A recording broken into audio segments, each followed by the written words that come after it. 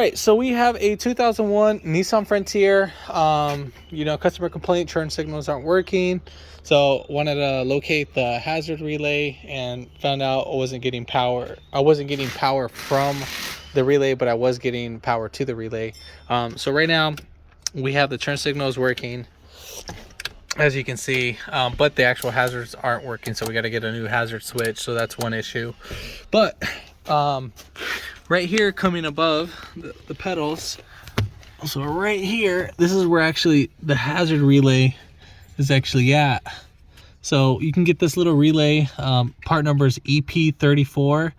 AutoZone carries this. Very simple fuse. I'm at relay. So it is actually a little pain in the butt to pull it out. The actual tab is right there. So it's actually in the back of the actual relay. So you can see right here. So you actually just put your index finger just right behind here, just a little bit low, and you can kind of feel it.